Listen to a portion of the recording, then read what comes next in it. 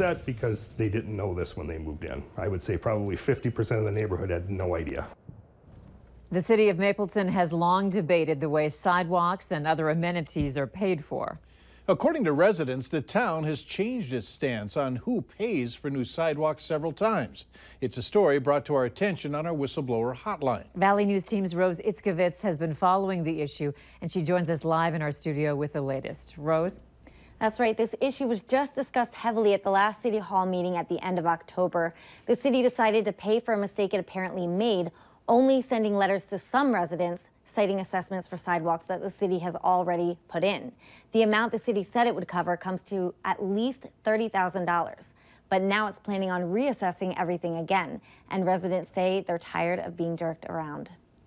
Adam Mueller's lived in Mapleton for about 10 years. He says the town's always charging for something. Specials just kept coming with the park, and then they redid the street and the water tower, and it just kept compiling, and people were getting upset because they didn't know this when they moved in. I would say probably 50% of the neighborhood had no idea. And now it's about sidewalks.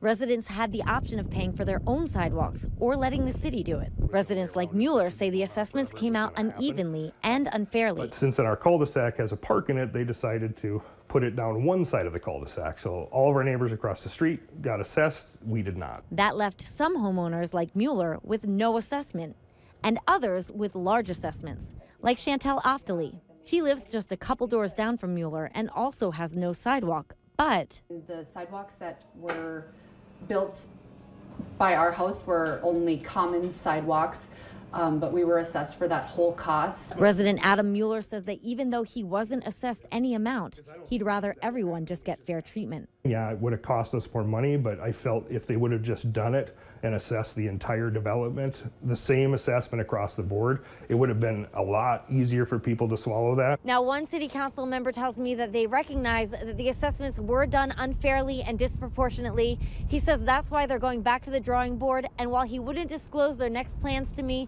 he says they're going to crunch the numbers and make sure they come back with fair assessments for everyone, and those assessments are due in 2018 now. In Mapleton, Rose Itzkovitz, Valley News Live. And we'll continue following this issue over sidewalks in Mapleton until the city decides what it's going to do. In the meantime, if you need help with a serious issue in your community, call our whistleblower hotline. The number is on your screen, 237-6576. You can leave your tip, and then we will do our best to get to the bottom of it.